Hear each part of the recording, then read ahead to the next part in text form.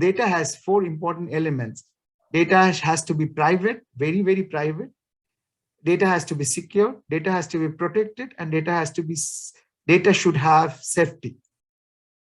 I can't in United States, if you are dealing with the healthcare, it is absolutely no to share any person's health information, even your name, your anything, date of birth. It should not be shared with anyone unless you are given a permission. You give permission to somebody to use your data, to look into your data. So that is called privacy. Your data is absolutely secure unless you share it with others. Privacy protection both provide valuable benefits to the society. As I said, health research is vital to improving patients' health and healthcare system. So we can't at all share data to anyone. We should not. It should be a practice that you keep your data secure with yourself and don't share with anybody. We know nowadays a lot about big data, but you are too young to know all this. Just to know that big data is a large volume of data. As I said, it's both structured or unstructured.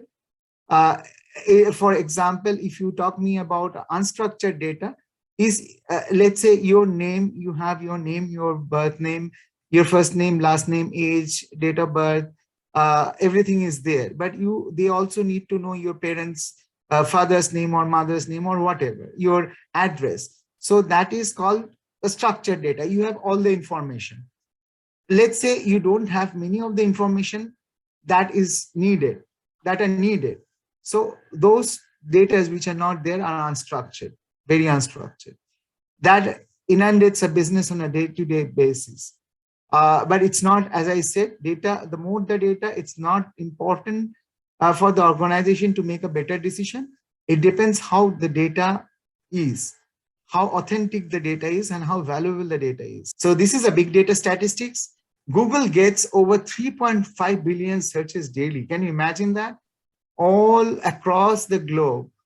So many people we do research through Google now. So it's about 3.5 billion people who research every day. WhatsApp users exchange up to 65 billion messages daily. You can imagine how much amount of data we normally exchange between each other in a regular basis. Then we have 95% of business sites, they need to manage the unstructured data for their businesses. So it's almost like 95%. Can you imagine the amount of the industry, the amount of the businesses, they need data.